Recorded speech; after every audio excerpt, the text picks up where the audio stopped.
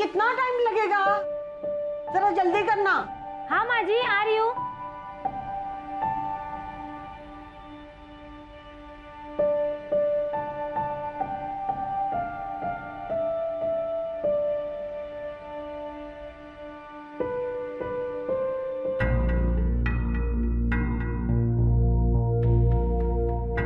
ये लीजिए माँ जी। रख ले। दीदी, आपको ये मदद चाहिए? नहीं।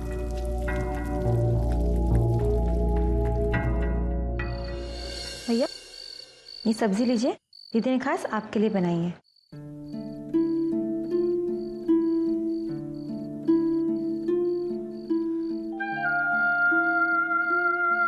अरे रानी, खाना क्यों नहीं खा रही है? ढंग से खाना खाओ। आरशात पाहिलंय स्वतःला? कितनी दुबली पतली हो गई है। हाँ, अरे माँ बनने जा रही हो। ढंग से खाना खाओ। निधि, तिला एक पोळी दे, तूप लावलेली आहे।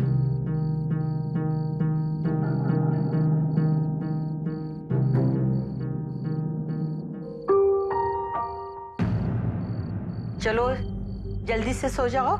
इस हालत में टाइम पे खाना और टाइम पे सोना चाहिए। अपनी नहीं तो अपने होने वाले बच्चे की फिक्र करो। चलो सो जाओ।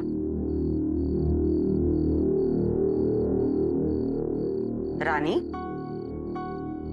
तुमने सुना नहीं मैंने क्या कहा? लाइट बंद करो और जल्दी से सो जाओ।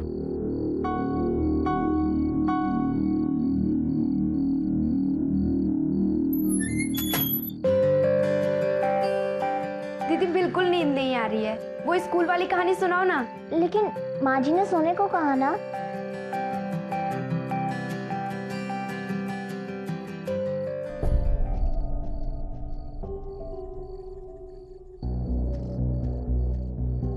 जैसे उसने पीछे देखा ना, टीचर वहाँ सामने खड़ा था।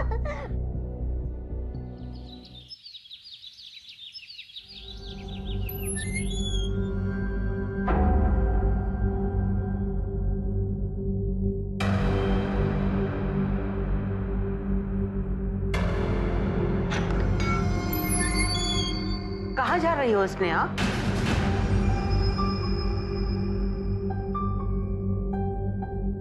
मैं पूछ रही हूँ स्नेहा, कहाँ जा रही हो?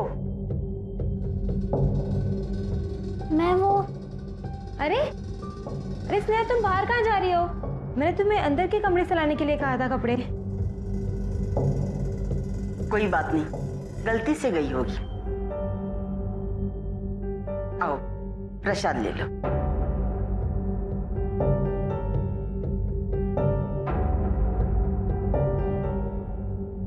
रानी कहाँ है? वो अंदर कमरे में। ठीक है।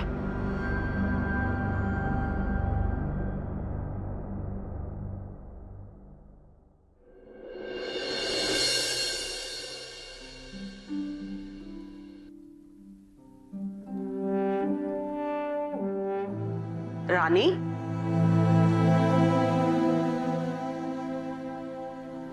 आज का दिन तेरे लिए बहुत ही खास है। आज मैंने बाप्पा से तेरे लिए खास प्रार्थना की है। बिल्कुल काळजी करू नकोस। निधि तुझे संभाल कर हॉस्पिटल लेके जाएगी। ले प्रसाद ले ले।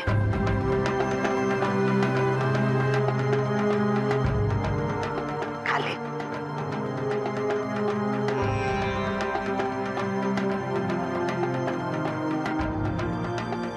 भारत में लड़कियों के लिए शादी करने की कानूनन उम्र 18 साल है, लेकिन इस घर में 4 नाबालिग लड़कियां गर्भावस्था में रह रही थी। सवाल था क्यों?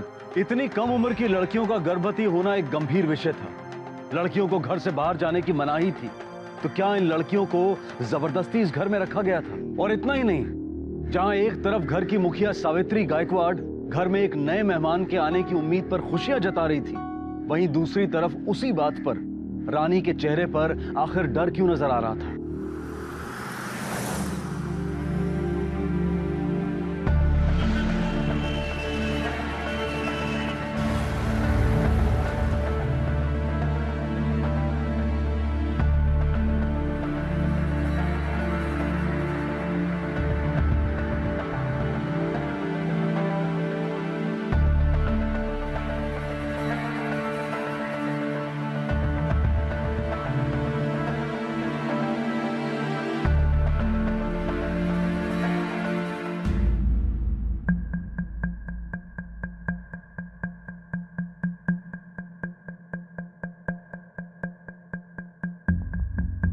लड़का है।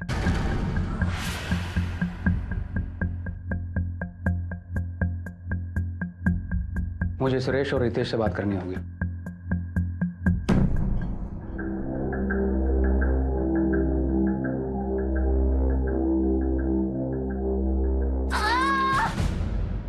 रितेश, ये तो निधि की आवाज है। निधि, ये कैसे हुआ? वो मुझे मार के भाग गई। जाओ उसको पकड़ो, भाग गई। जाओ। रितेश!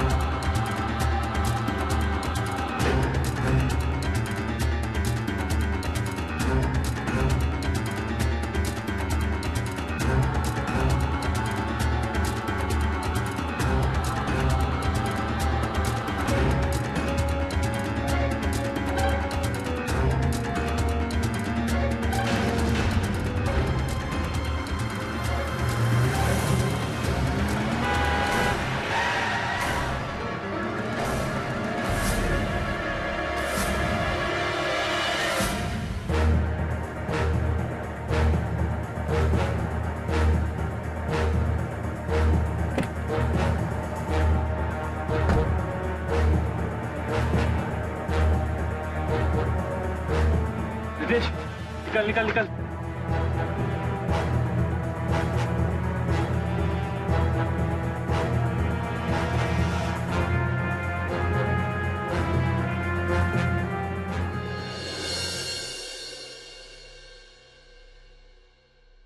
ये यहाँ लाने से पहले ही मर चुकी थी। डॉक्टर, इस लड़की की उम्र क्या रही होगी? 16-17 साल? जी हाँ, पर और एक बात, ये लड़की प्रेग्नेंट थी और बाकी बातें तो पोस्टमार्टम रिपोर्ट आने के बाद ही पता चल सकती है। क्या नाम है आपका? Sir Prem Kumar sir. Sir इसमें हमारी कोई गलती नहीं है सर। सर वो लड़की अचानक हमारी गाड़ी के सामने आ गई। मैंने उसे बचाने की पूरी कोशिश की सर, आप यकीन मानिए। ठीक है, अभी आप जा सकते हैं, लेकिन अगर बाद में जरूरत पड़ेगी तो आप लोगों को यहाँ आना पड़ेगा। ठीक है सर। हिराम, इनका स्टेटमेंट लिख लो और जहां पर एक्सीडेंट हुआ है वहां पर जाकर लोगों से पूछताछ करो और देखो क्या पता चलता है। Okay sir.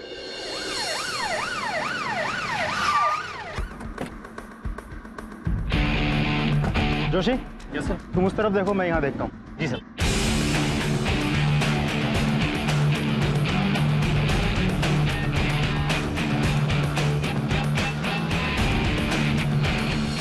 कल रात को इस लड़की का एक्सीडेंट हुआ था यहाँ, कुछ बता सकते हो?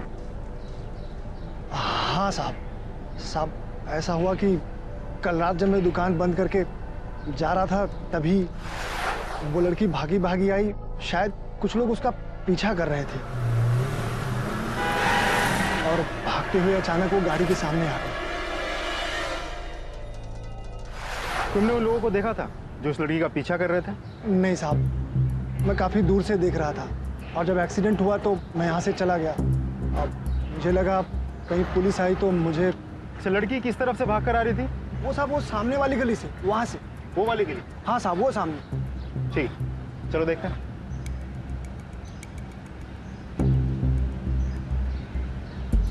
लड़की इस तरफ से भाग के आई थी। अरे यहाँ तो सीसीटीवी कैमरा लगा हुआ है।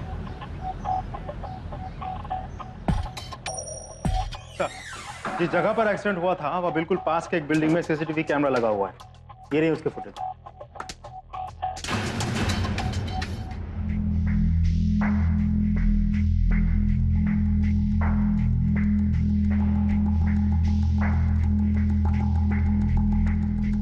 इसमें तो किसी की शक्ल नजर नहीं आ रही, लेकिन हमें इन दोनों आदमियों को ढूंढना बहुत जरूरी है, क्योंकि एक प्रेग्नेंट लड़की, वो भी नाबालिग, जान बचाकर भाग रही थी। आखिर ऐसा क्या किया था इन दोनों लोगों ने?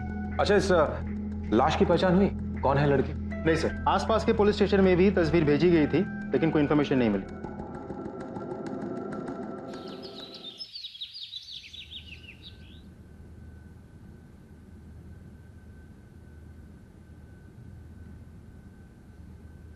शालू दीदी। हाँ बोलो। शालू दीदी। हाँ बोलो ना। ये रानी दीदी कहाँ है? अब वो वापस क्यों नहीं आई? और ये निधि दीदी को भी सिर पे चोट लगी है। क्या हो रहा है ये सब? कुछ नहीं स्नेहा, रानी कहीं गई है ना, वो आ जाएगी वापस, तुम चिंता मत करो। क्या बातें हो रही है?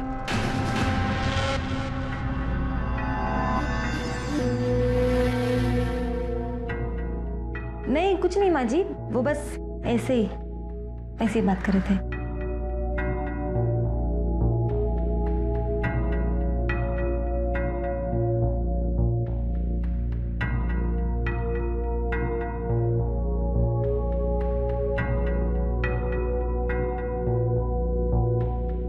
पोस्टमार्टम रिपोर्ट सर, हमने सब जगह पता कर लिया, सब जगह पूछताछ कर ली, लेकिन किसी को भी इस लड़की के बारे में कुछ भी नहीं पता। श्रीराम, इस तरह तो इस केस को सॉल्व करना मुश्किल हो जाएगा।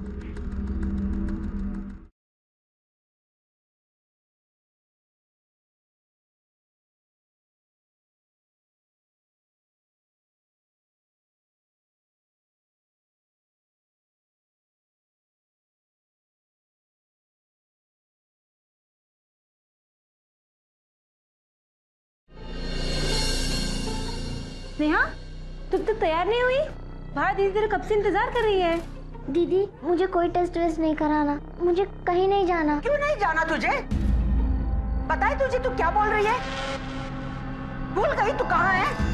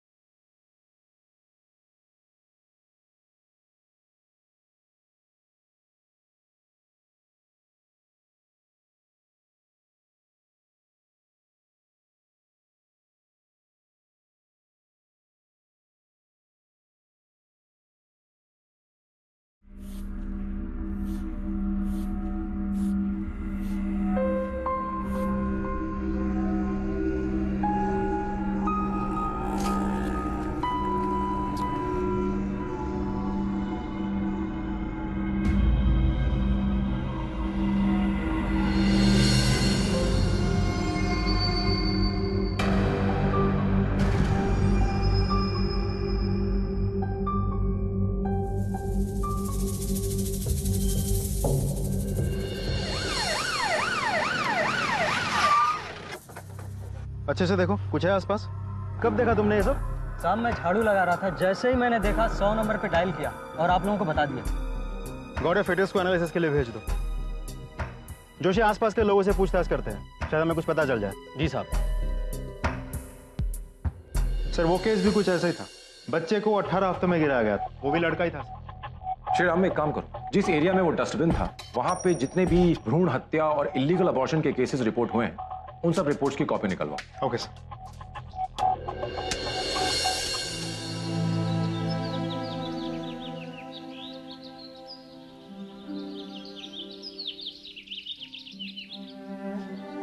परी, बच्चे का ध्यान रखना, ठीक है?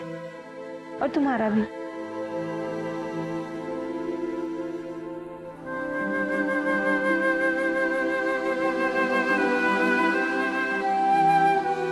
दीदी, गाड़ी में बिठा दो परी को। चलो चलो जल्दी करो, लेट हो रहा है। चलो।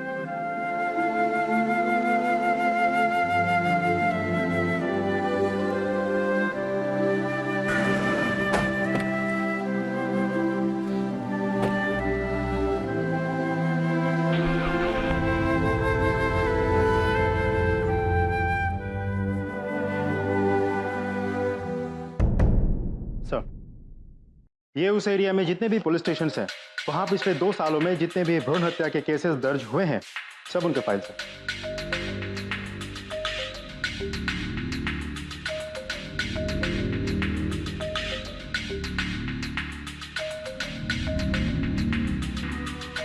इन सारे केसेस में जितनी भी अबॉर्शंस हुए हैं सब लड़कों के हुए। ये कन्या भ्रूण हत्या के बारे में तो मैंने बहुत सुना था, पर यह तो मामला उल्टा ही है। कोई तो है, कोई इंसान, कोई संगठन या फिर कोई समुदाय जो ये भ्रूण हत्याएं जानबूझ के करवा रहे हैं। अच्छा, जहां जहां से तुमने इस केसेस की फाइल निकलवाई, वहां पर इन केसेस का क्या स्टेटस था? सभी कोल्ड केसेस हैं सर। अच्छा श्रीराम, आज से कुछ महीने पहले एक लड़की का एक्सीडेंट हुआ था, याद है? जो किसी से जान बचाकर भाग रही थी। उसके गर्भ में भी तो एक लड़का था। बिल्कुल सर। जो भी हो, कहीं ना कहीं सेक्स डिटर्मिनेशन हो रहा है। एक काम करो श्रीराम, तुम एक टीम रेडी करो और सबको यहां मीटिंग के लिए बुलाओ 1 घंटे में। Sir. I have a plan. Okay sir.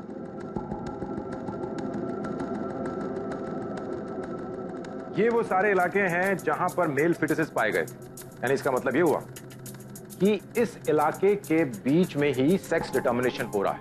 अब आपको करना यह है कि इस इलाके में जितने भी मैटरनिटी हॉस्पिटल्स हैं वहां जाना है और पता करो कि कौन से डॉक्टर्स ऐसे हैं जो समाज के सामने तो सीधे बनते हैं लेकिन बंद दरवाजे के पीछे सेक्स डिटर्मिनेशन का धंधा चलाते हैं। आप लोगों को जोड़े बनाकर जाना है, पति पत्नी के। औरतें सब गर्भवती लगनी चाहिए।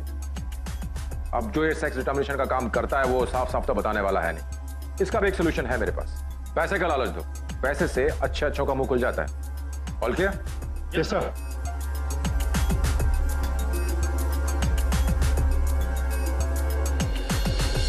पुलिस के सामने एक बड़ा खुलासा हुआ था, एक अनसुना और असाधारण मामला। इतने बड़े पैमाने पर मेल फीटिसाइड यानी कि नर भ्रूण हत्याएं की जा रही थी। पुलिस के लिए यह बेहद चौंकाने वाला मामला था, लेकिन ऐसी अनसुनी घटना की आखिर वजह क्या थी? सिर्फ मेल फीटस का मिलना। इस बात में दो राय नहीं थी कि इस इलाके में सेक्स डिटर्मिनेशन यानी कि लिंग निर्धारण किया जा रहा था, जबकि हमारे देश में बच्चे का सेक्स डिटर्मिनेशन करना कानूनन अपराध है।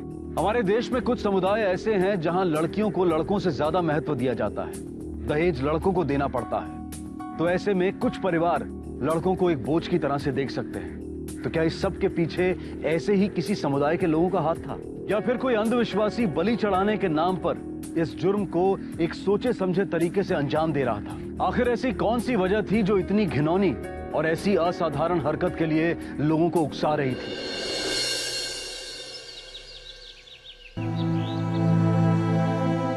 ये गोली ले ले, पानी देती हूँ। जब पेट से होते हैं ना तो ऐसा दर्द होता ही है। अपने बच्चे के लिए ऐसी तकलीफ तो सहनी पड़ती है।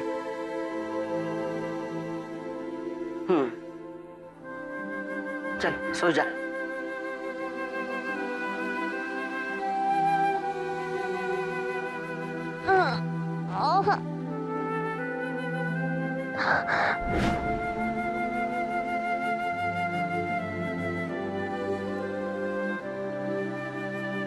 स्नेहा भात खाচ্ছিস না কেন?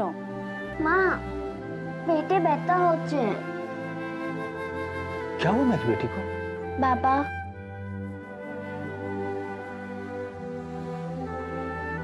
आप ये दवाई दुकान से ले आइए। बेटा तू डॉक्टर बनने वाली है, बनी नहीं है।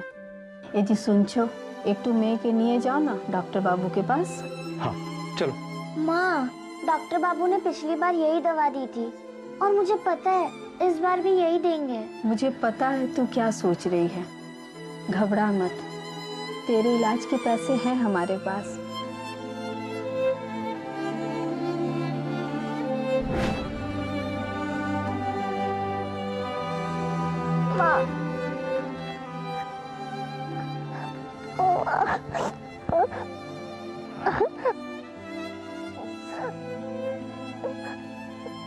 डॉक्टर साहब, हमारे पास पैसों की कोई कमी नहीं है। घर में लक्ष्मी है, हमारी एक बिटिया है। हमें बस एक बेटा चाहिए जो हमारे परिवार का नाम आगे बढ़ाए। तो हम दोनों की विनती है, बस टेस्ट करवा के हमें इतना बता दीजिए कि हमें बेटा होगा या बेटी।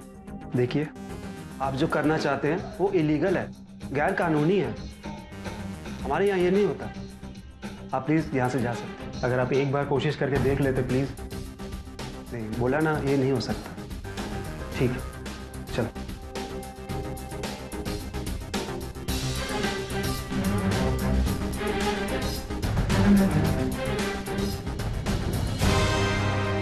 हाँ श्रीराम, सभी गायनेकोलॉजिस्ट के पास जाके पता करो, लेकिन अगर वो ना कह दें तो फिर उनके स्टाफ से पूछो, क्योंकि ऐसे काम में सिर्फ गायनेकोलॉजिस्ट अकेले नहीं होंगे, उनका कोई ना कोई स्टाफ भी शामिल होगा।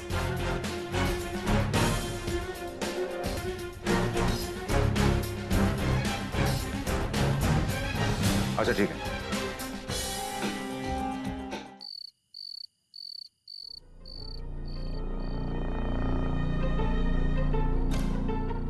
नेहा, तुम तो तैयार नहीं हुई? बाहर दीदी तेरे कब से इंतजार कर रही है। दीदी मुझे कोई टेस्ट वेस्ट नहीं कराना, मुझे कहीं नहीं जाना। क्यों नहीं जाना तुझे? पता है तुझे तू क्या बोल रही है? भूल गई तू कहाँ है?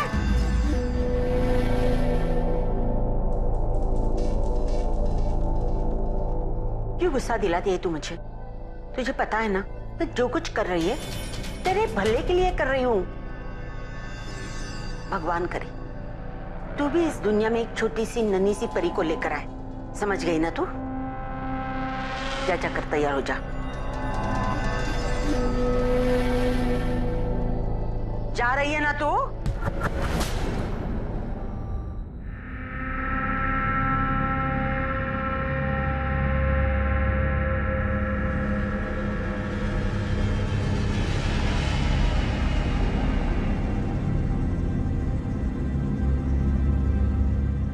मुबारक हो, लड़की है, फिक्र की कोई बात नहीं। थैंक यू डॉक्टर साहब।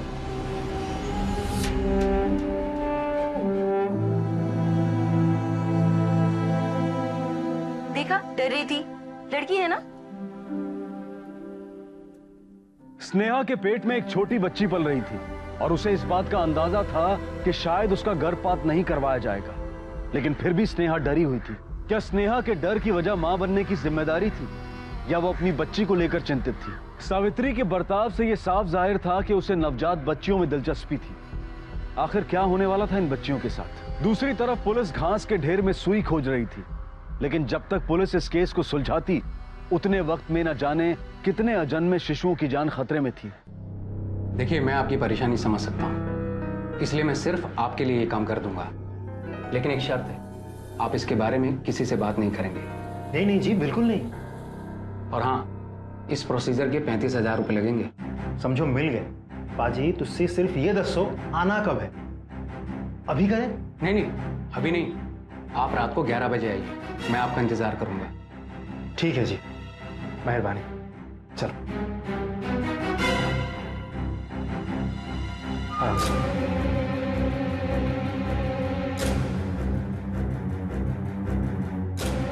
सर रात के 11 बजे बुलाए हमें, 35,000 मांगे हैं। ये डॉक्टर साहब MBBS और MD की डिग्री लेके बैठे हैं, आज इनको एक और डिग्री देते हैं। आइए आइए। डॉक्टर साहब आप अकेले ही हो क्या? आपके साथ और कोई नहीं है? हाँ, अभी तो मैं ही हूँ। वैसे इसके लिए मैं खास स्टाफ रखता हूँ, लेकिन आज जरा वो छुट्टी पे है। लेकिन आप टेंशन मत लीजिए। मैडम आप लेट जाइए प्लीज।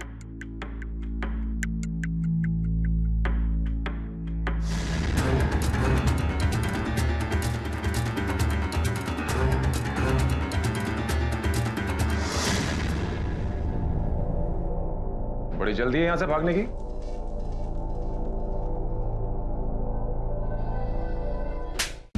मैंने क्या किया सर? बता, तेरा इलीगल धंधा कब से चल रहा है? कौन सा धंधा सर? सर आज पहली बार ही किया और आपने पकड़ लिया सर। सॉरी सर, गलती हो गई, माफ कर दीजिए। पहली बार गलती हुई है? डॉक्टर तू सच सच बता दे, नहीं तो तेरी इस डिग्री के साथ एक और डिग्री जोड़ दूंगा, 3rd डिग्री। बोलता है क्या? नहीं सर, दो साल से सर, दो साल से। सेक्स डिटर्मिनेशन और अबॉर्शन दोनों इलीगल तरीके से पिछले 2 साल से करता आ रहा है तू। और तूने जिन जिन लोगों के अबॉर्शन किए हैं उन सब ने हमें स्टेटमेंट दिया है, सब ने तेरा नाम लिया है, इसलिए झूठ बोलने की कोशिश मत करना। सच बता, सच बता। क्या बताऊं सर, वो मुझे तो बस काम के पैसे मिलते थे, वो मेरे पास कस्टमर लेकर आता था। वो कौन? सर वो विजय सर, विजय लेकर आता था सर। और सर वो प्रेग्नेंट लड़की को लेकर आता था, उसका बच्चे का सेक्स डिटर्मिनेशन करवाता था, और लड़का होता तो अबॉर्शन के लिए कहता था, और लड़की होती तो वो वापस चला जाता था सर। कौन है विजय? विजय कंपाउंडर है सर, स्टार हॉस्पिटल में काम करता है, और इस काम के पैसे भी मुझे वही देता है सर। कहां मिलेगा विजय अभी?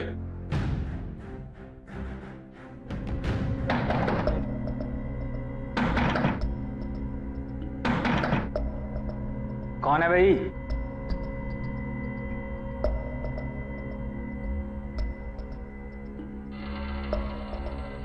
विजय चल चल चल चल। सब मैंने कुछ नहीं किया साहब। देख बेटा, हम जानते हैं कि तू अकेला नहीं है, इसलिए भलाई इसी में है कि तू सब सच सच बता दे। अब आप क्या बोल रहे हो? मुझे कुछ समझ नहीं आ रहा साहब। देख, अगर तू हमारे साथ कोऑपरेट नहीं करना चाहता है मत कर, तेरी मर्जी, लेकिन फिर तुझे जेल में जाने से कोई नहीं रोक पाएगा। लेकिन हाँ, अगर तू हमारी मदद करेगा ना तो हम तुझे सरकारी गवाह बना लेंगे और फिर हो सकता है तेरी सजा कुछ कम हो जाए या फिर तेरी सजा माफ भी हो सकती है। सोच ले। क्यों, मदद करेगा ना?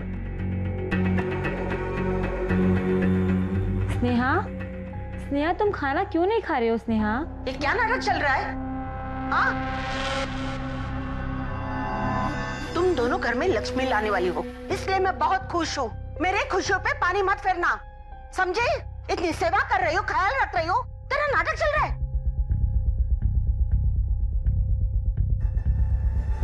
ले, खा ले।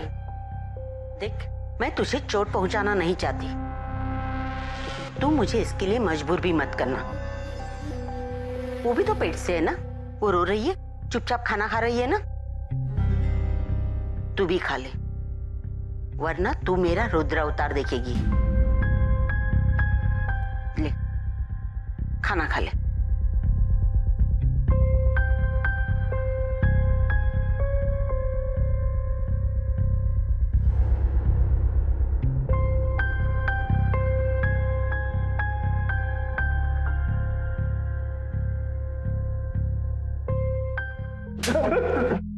सच सच बता।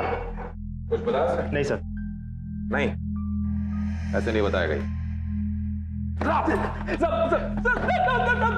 मैं बताता हूँ साहब, मैं सब बताता हूँ साहब। बोल। ये सबके पीछे एक बबीता नाम की औरत है साहब। बबीता ही मेरे को फोन करके बताती थी कि लड़की कब आने वाली होती थी। डॉक्टर साहब को तैयार करके उनकी मदद करना, उनको पैसे देना, ये सब मेरा काम था साहब। बबीता का आदमी मेरे को आकर पेमेंट देता था। ये बबीता कहाँ मिलेगी इस वक्त? सर, बबीता कहाँ मिलेगी ये बोल नहीं सकते, पर हाँ, मैं एक आध बार उससे उसके जूही नगर वाले अड्डे पर मिला हूँ साहब। इसका फोन दो सर। ये ले। चल बबीता को फोन लगा और उससे पूछ के कहाँ है वो इस वक्त। स्पीकर पर डाल।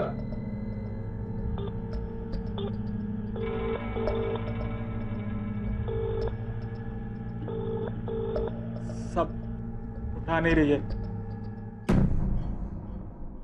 विजय के बयान के मुताबिक इन नर भ्रूण हत्याओं को एक देह व्यापार चलाने वाली महिला अंजाम दे रही थी, लेकिन अब भी कई सवाल थे जिनके जवाब मिलने बाकी थे। आखिरकार ये बबीता नाम की महिला कहां थी और क्या राज छुपाकर बैठी थी? सावित्री गायकवाड़ का इस देह व्यापार से क्या लेना देना था और वो लड़कियों के साथ क्या करने वाली थी? लेकिन सबसे महत्वपूर्ण सवाल यह था कि नर भ्रूण हत्याएं करके आखिर ये लोग पाना क्या चाहते थे? सब बबीता का ही फोन आ रहा है। उठा, बात कर। हेलो बबीता मैडम, किधर हो आप? क्यों, तेरा को इससे क्या मतलब? हाँ, क्या मैडम, मैं सोच रहा था कि अभी आपके जूही नगर वाले अड्डे पे आऊं, आप कोई अच्छी लड़की दिखाती तो मजा आ जाता। वैसे तो मैं बाहर जा रही थी, अब तुझसे मिलके ही जाती हूँ। तू भी क्या याद रखेगा? आ जा। ठीक है, मैं आता हूँ अभी थोड़ी देर में। जूही नगर में ये सब। देखो सेठ, इससे अच्छा माल तुम्हें और कहीं नहीं मिलेगा, है ना? बिल्कुल छुई मुई जैसी।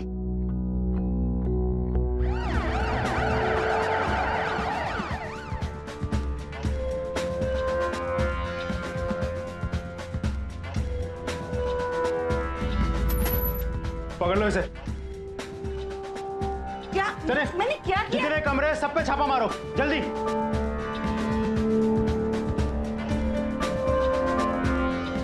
बच्चे को भी ले लो।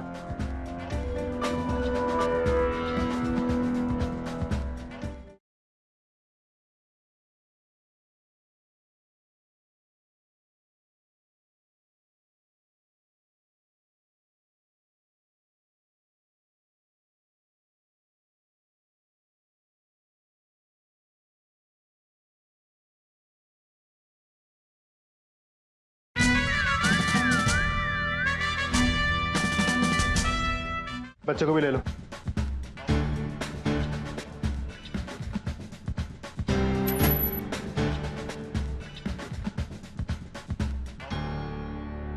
चल बता, सच क्या है? साहब कुछ मांडुली, आप बस बोलो, इस केस को यहीं पर सेटल करते हैं ना। अच्छा, विजय को जानती है? उसने तेरे कारनामों के बारे में सब कुछ बता दिया है। देख, जो कुछ भी जानती है ना, सच सच बता दे, भलाई इसी में है तेरी। क्या साहब, आप कुछ भी बोलते हो? मैं धंधा चलाती हूँ, सब कुछ सावधानी से करती हूँ। वो विजय, वो जो कुछ कह रहा है ना, वही करता होगा। मेरा उससे कोई लेना देना नहीं है।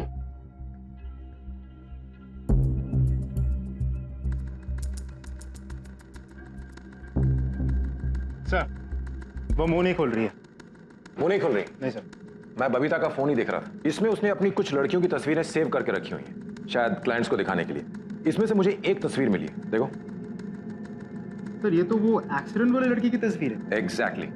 तुम एक काम करो, इन सारी तस्वीरों को अपने लैपटॉप पर डाउनलोड करो और यहाँ मौजूद सभी लड़कियों को दिखाओ, शायद उनसे कुछ पता चल सके। Okay sir.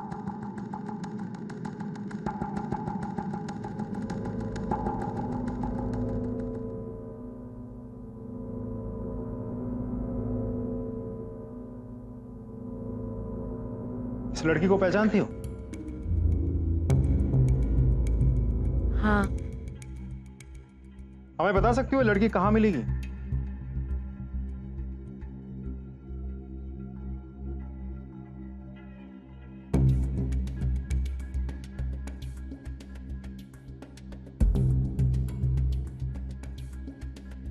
हमें बताओ, ये बच्चे किसकी है?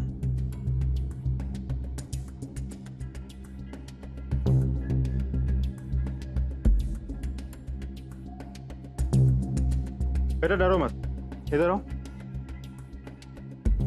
ये बच्चे तुम्हारी हैं?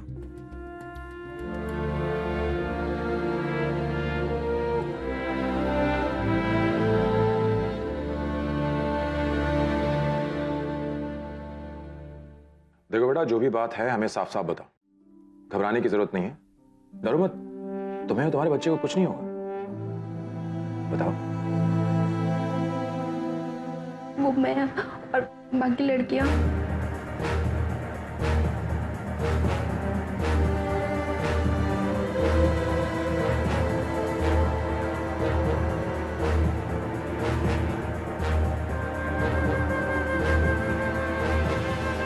बेटा, तुम ये जो सावित्री बता रही हो, इसे पहचान सकती हो? श्रीराम सर, एक स्केच आर्टिस्ट अरेंज करो और इनके साथ बैठकर के सावित्री और उसके परिवार वालों का एक स्केच बनाओ। उसके बाद ये स्केचेस बबीता के सामने रखो, देखते हैं फिर उसकी जबान कैसे नहीं खुलती।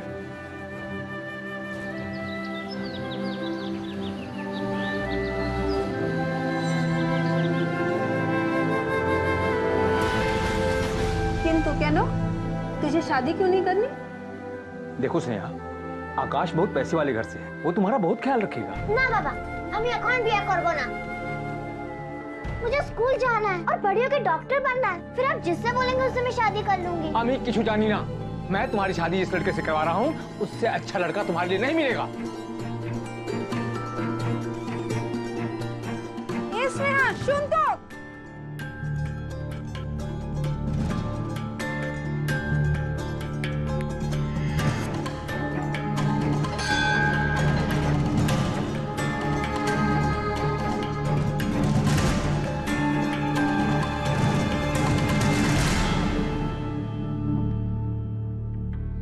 बेटा, क्या बात है?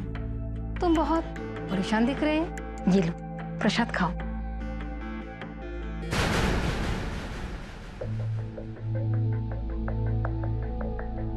खा लो, सब चिंता दूर हो जाएगा। खाओ।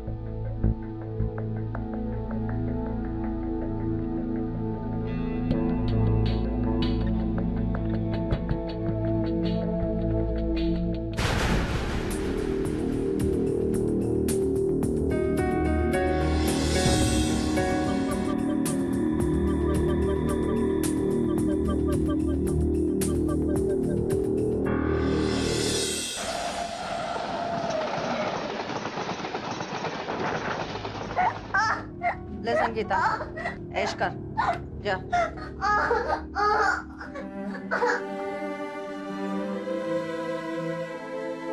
अरे स्नेहा, तुम यहाँ क्या कर रही हो? दीदी, कुछ समय के लिए मुझे अकेला छोड़ दीजिए।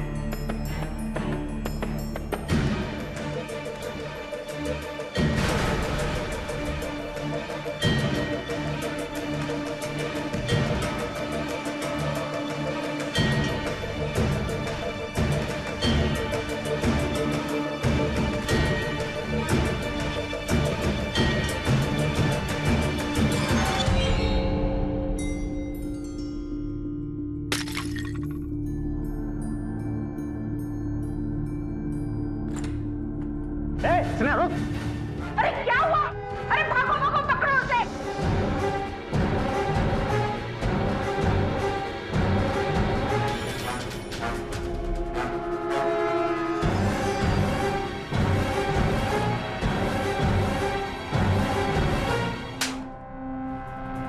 भागना चाहती है? भागना चाहती है यहाँ से? मैंने तुझे पहले भी बताया था कि मुझे गुस्सा मत दिला। फिर तूने सोचा ही कैसे? मुझे पता है कि तुझे तेरी फिक्र नहीं है, लेकिन मुझे है तेरे बच्चे की फिक्र, समझी? आइंदा भागने की कोशिश की ना तो मैं तेरे साथ क्या करूंगी मुझे पता नहीं है। मुझे सिर्फ तेरे बच्चे की फिक्र है। तेरी फिक्र करना मैं छोड़ दूंगी, समझी? शालू, इसे अंदर लेके जा।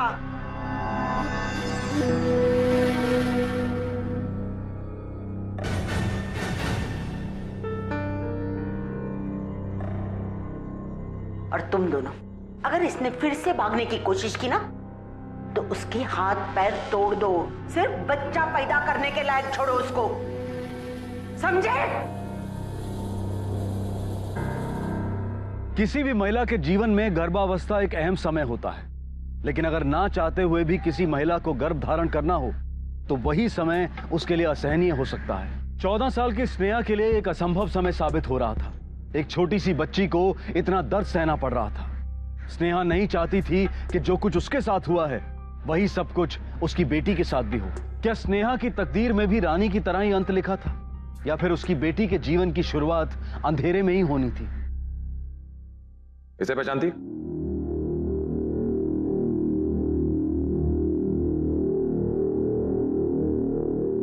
तेरे मोबाइल से कुछ लड़कियों की तस्वीरें मिली हैं।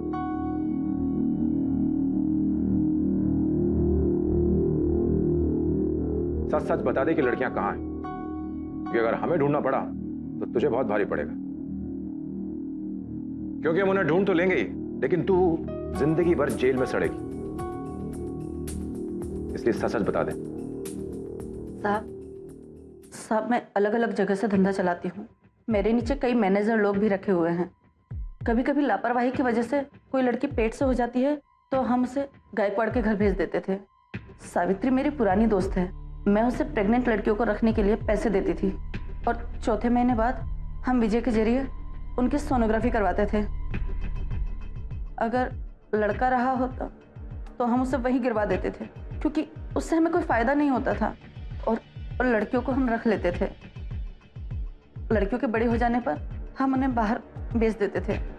10-12 साल की कमली लड़की का बाहर गांव में अच्छा दाम मिलता है साहब। अच्छा इन्वेस्टमेंट है साहब, इसलिए हम उनकी बच्चियों को पालते हैं। अब ये बता कि सावित्री का घर कहां है?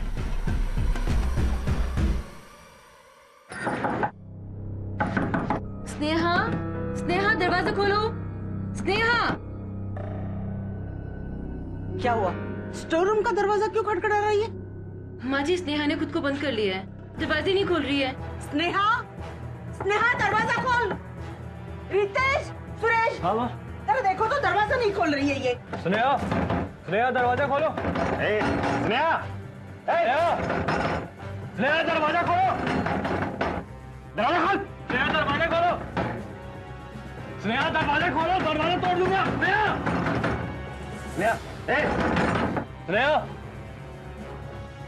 स्नेहा, स्नेहा दरवाजा खोलो। स्नेहा,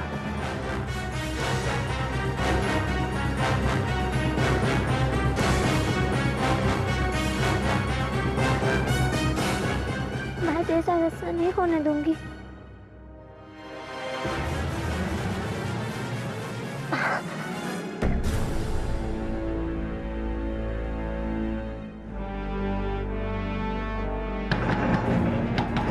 दरवाजा खोलो।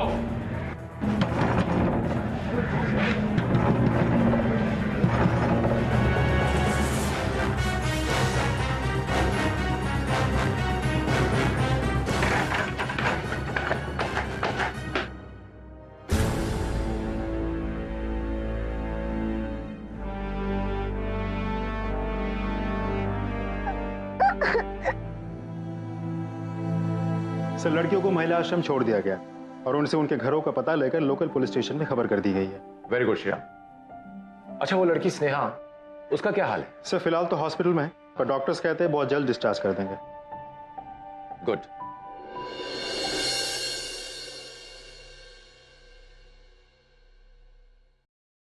स्नेहा, स्नेहा, देखो कौन आए।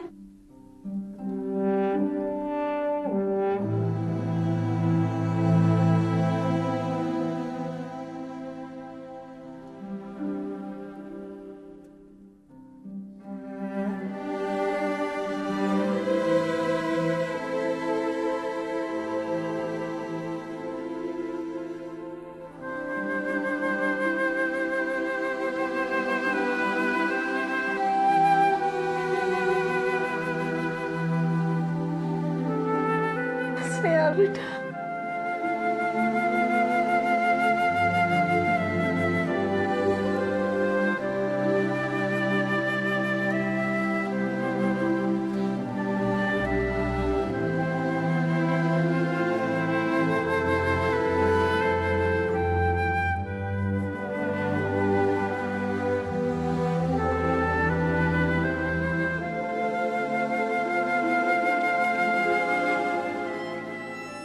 पहली नजर में देखने पर जो साफ नर भ्रूण हत्या का मामला दिखाई दे रहा था, उसके राज खुलने पर जैसे एक के बाद एक जुर्म की परतें निकलती गई। अपहरण, देह व्यापार, सेक्स डिटर्मिनेशन, गैर कानूनी तौर पर गर्भपात, नाबालिग बच्चियों का शोषण। इस केस ने इन सभी घिनौने अपराधों का जैसे पिटारा खोल कर रख दिया। बबीता, सावित्री और उसके साथी इस वक्त पुलिस की हिरासत में हैं और उन्हें अपने इस जुर्म के लिए कड़ी सजा मिलने की उम्मीद है। गौर करने वाली बात यह है कि ऐसे न जाने और कितने देह व्यापार के कारोबार देश में गुप्त रूप से चलते हैं और उन लड़कियों की आवाज कई बार कानून के कानों तक पहुंच ही नहीं पाती। कितने परिवार ऐसे होते हैं जो देह व्यापार में घिरी अपनी बेटियों के साथ पूरी तरह से संपर्क तोड़ देते हैं और उन लड़कियों के पास देह बाजार में रहने के अलावा और कोई रास्ता नहीं बचता। एक तरफ देवी की तरह पूजा और दूसरी तरफ उसके साथ ये सब। हम सब के लिए ये सोचने वाली बात है। इसी विचार के साथ मैं अनूप सोनी आपसे विदा लेता हूं। फिर मुलाकात होगी अगले एपिसोड में और खुलासा करेंगे एक और जुर्म का।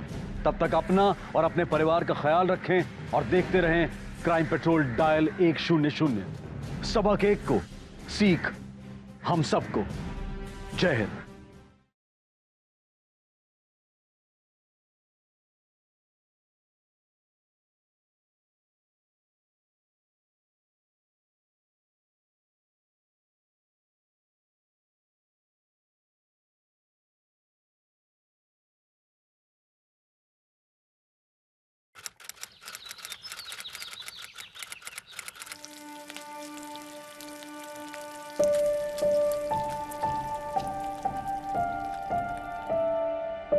शालू बेटा, और कितना टाइम लगेगा? जरा जल्दी करना। हाँ माँ जी, आ रही हूँ।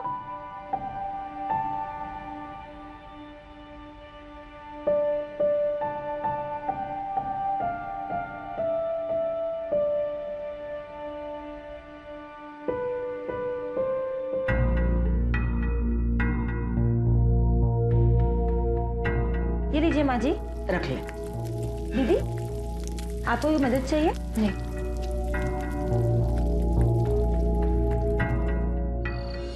भैया ये सब्जी लीजिए, दीदी ने खास आपके लिए बनाई है।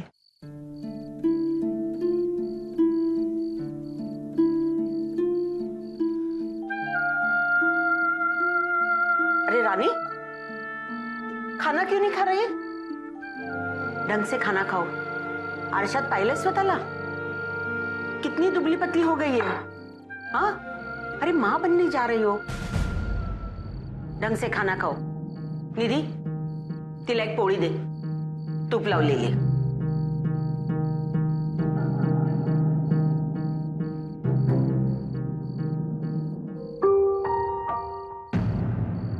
चलो जल्दी से सो जाओ। इस हालत में टाइम पे खाना